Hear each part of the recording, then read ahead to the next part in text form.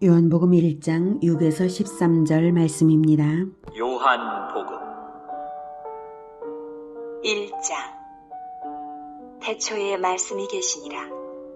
이 말씀이 하나님과 함께 계셨으니 이 말씀은 곧 하나님이시니라. 그가 태초에 하나님과 함께 계셨고 만물이 그로 말미암아 지은 바 되었으니 지은 것이 하나도 그가 없이는 된 것이 없느니라. 그 안에 생명이 있었으니 이 생명은 사람들의 빛이라.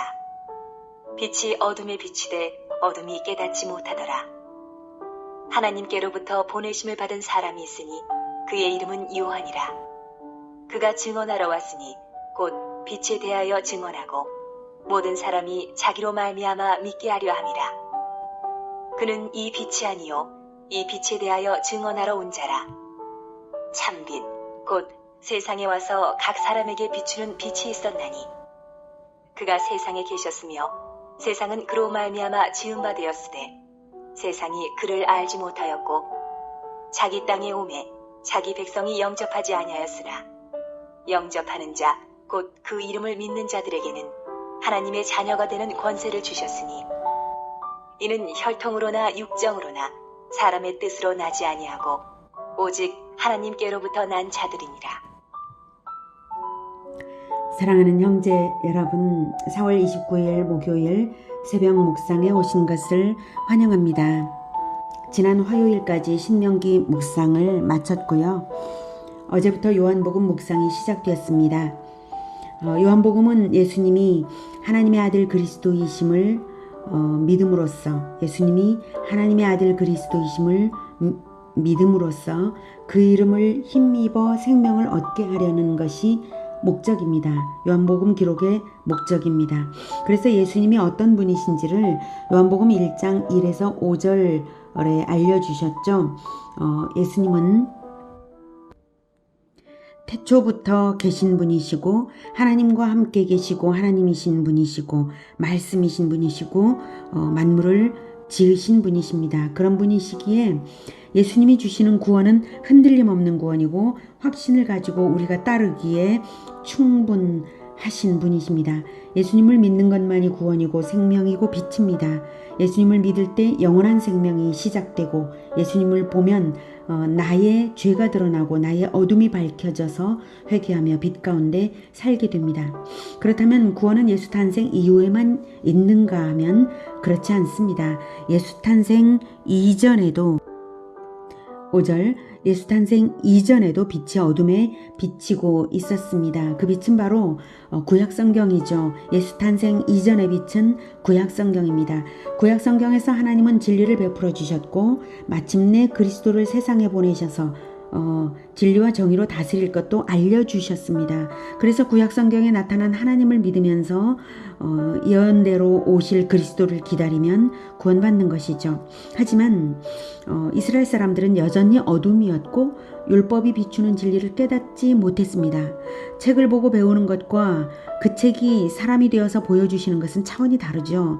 그래서 그리스도가 오셔야 드디어 진리의 빛이 광명하게 비치는 때가 시작이 되는 것입니다. 진리를 인생으로 보여주실 그리스도가 오시면 백성들이 그분을 따라 살도록 그분은 왕이 되실 것입니다. 하지만 그분이 누구신지를 소개는 해주셔야 백성들이 따를 수 있겠죠. 그래서 안내자가 먼저 보내심을 받았습니다. 그 보내심을 받은 사람이 바로 요한이라고 했고 그가 세례 요한입니다. 세례 요한이 증언하러 왔다. 그리스도를 증언하러 왔고요. 그 빛에 대하여 증언하고 즉 예수님이 빛이신 것을 증언하고 또 사람들이 자기의 소개를 듣고 예수님을 믿게 하려고 왔다라고 하는 것입니다. 그는 세례 요한은 이 빛이 아니요 이 빛에 대하여 증언하러 온 자입니다. 그 당시에 이스라엘 백성들은 세례 요한이 혹시 그리스도이신가 하고 자기들이 그리스도를 기다리고 있었기 때문에 그가 그분인가 이렇게 생각을 했었거든요. 그래서 요한복음 말하기를 그는 이 빛이 아니요 이렇게 말을 하고 있고 세례 요한이 증언한 그리스도가 바로 참 빛이다 이렇게 말하고 있습니다.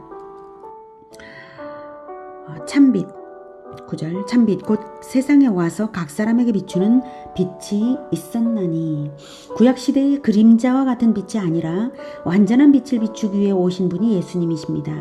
그런데 예수님의 빛은 대중적으로 일반화해서 비추시는 것이 아니라 각 사람에게 비추는 빛이십니다. 개별적으로 만나주신다는 것입니다. 각 사람에게 마음에 깨닫게 하시고 감화를 주셔서 변화를 이끄시는 생명의 빛이십니다.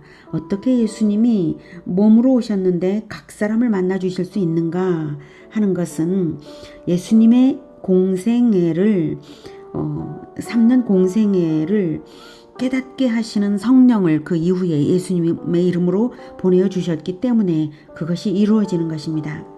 각 사람에게 비추는 것은 또한 모든 시대의 모든 사람에게 비추신다는 뜻입니다.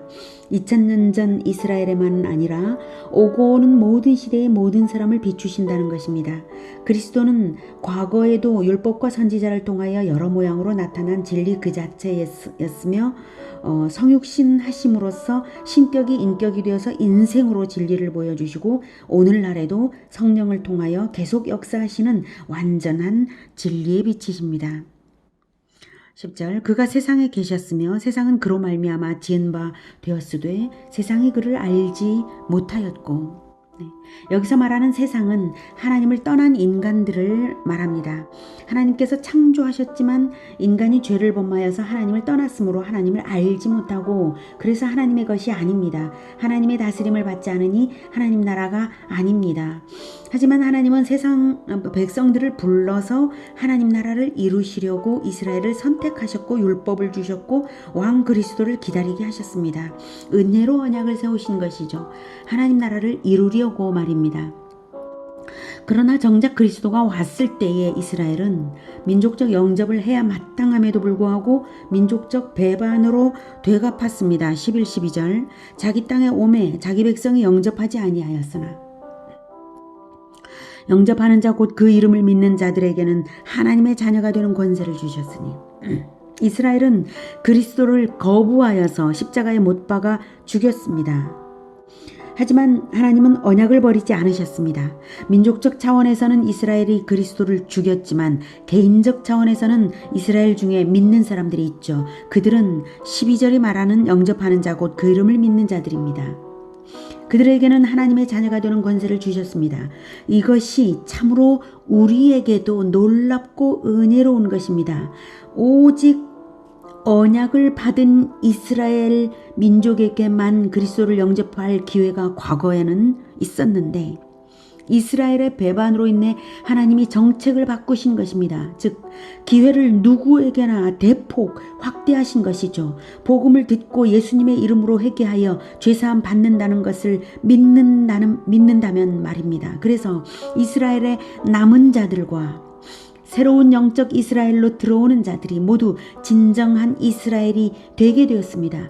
이 새로운 이스라엘의 왕은 그리스도이신 예수님이십니다. 믿고 영접할 때 하나님의 자녀가 되는 권세를 주셨습니다. 이미 주셨다는 표현은 예수님을 왕으로 영접할 때 그것이 새 생명을 영접한 것이고 하나님 자녀로서의 새 생명이 시작되었다는 뜻입니다. 권세를 주셨다는 것은 마치 강대국의 주민등록증을 얻은 것과 같은 흔들리지 않는 확실한 권리를 주셨다는 것입니다. 스스로 버리지만 않는다면 말입니다. 스스로 버리면 버려집니다. 그것은 이스라엘이 민족적으로는 버림을 받은 것을 볼 때 알 수 있습니다. 이스라엘은 예수 그리스도를 십자가에 못 박은 후 마침내 예루살렘 성전 파괴와 함께 주후 70년에 멸망했고 거의 2000년 동안 국제 미아가 되었습니다. 민족적으로는 유기당한 것이죠. 하나님의 신실하심은 언약에 대하여 언약을 지키는 백성에 대하여 신실하신 것이지 언약을 버리는 자까지 심판을 취소하시지는 않습니다. 진리의 하나님이시고 공의의 하나님이시기 때문입니다. 하나님은 공의를 포기하지 않으십니다. 다만 오래 참으시는 하나님이시기 때문에 사랑의 하나님이시기 때문에 언약을 버린 즉시로 죽이는 것은 아니시고 회개의 기회를 주신 후 반드시 심판하시는 것입니다. 그래서 예수님의 이름으로 죄를 고백하면서 회개할 때에 깨끗함을 받을 수 있는 것입니다. 자, 이것은 오늘 초점은 아니고요. 중요한 것은 오늘 본문에서는 하나님께서 언약 백성으로 들어올 수 있도록 완전히 기회를 개방하셨다는 사실입니다. 믿고 영접한다는 것은 언약 백성이 된다는 것이죠. 자, 언약 백성의 개념을 정확하게 알고 갑시다. 언약 백성은 하나님과 언약을 맺음으로써 하나님의 백성이 되었다는 것이죠. 언제 언약을 맺었냐고요? 예수님을 영접했다는 것이 언약을 맺은 것입니다. 예수님을 왕으로 영접한 것입니다. 언약을 지키는 한 왕의 백성입니다. 왕의 법을 따르는 것이 언약을 지키는 것입니다. 언약의 완성은 그리스도가 다시 오실 때 되는 것입니다. 예수님을 왕으로 영접한 것, 전에는 내가 왕이었죠. 우상이 왕이었죠. 언약을 지키는 한 왕의 백성입니다. 언약을 버리면 나도 버려집니다. 왕의 법을 지키는 것이 왕을 따르는 것이며 성경이 그것을 가르쳐 줍니다. 언약의 완성은 왕이 다시 오실 때 됩니다. 그때까지 심판은 유보되었습니다. 즉 회개의 기회가 있고 전도의 기회가 그때까지입니다. 그때 왕이 다시 오실 때 심판과 구원은 동시에 완성됩니다. 그때 언약 백성들은 새하늘과 새 땅을 받고 명실상부한 하나님 나라가 됩니다. 이렇게 언약 백성이 된 것은 영원한 생명이신 예수님을 영접했기에 된 일입니다. 예수님을 영접한 것이 곧 하나님으로부터 생명 씨앗을 받은 것이죠. 그러니 그 생명은 혈통 무관, 육정 무관, 사람의 뜻과 무관합니다. 하나님으로부터 온 생명이지 혈통이나 육정이나 인간 철학 사상으로 생겨나는 생명이 아닙니다.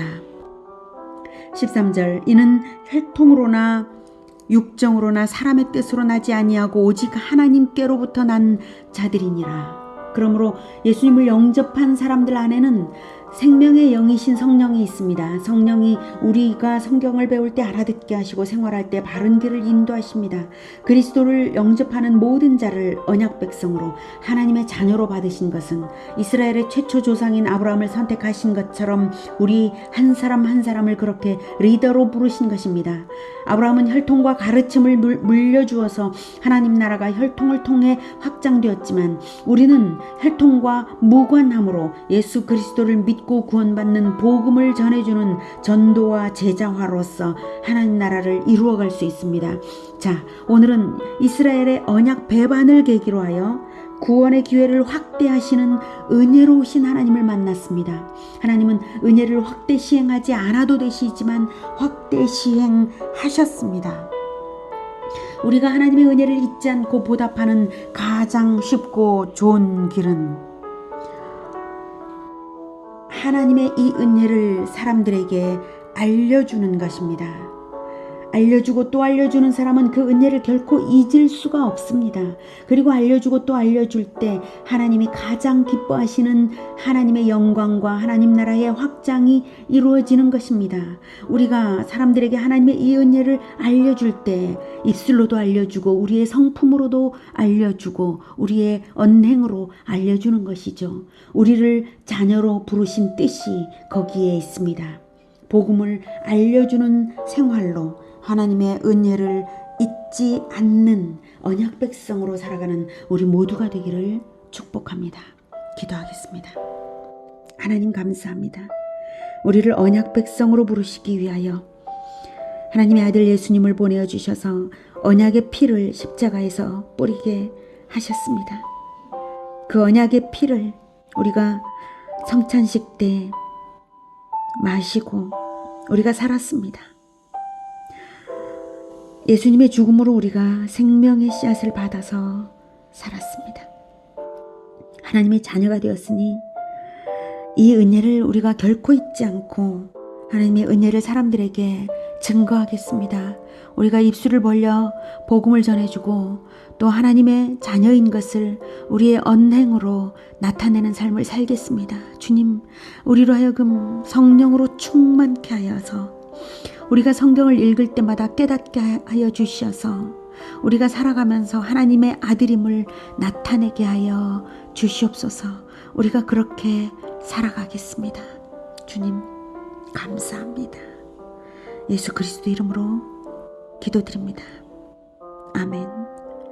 이어지는 시간은 개인 기도 시간입니다.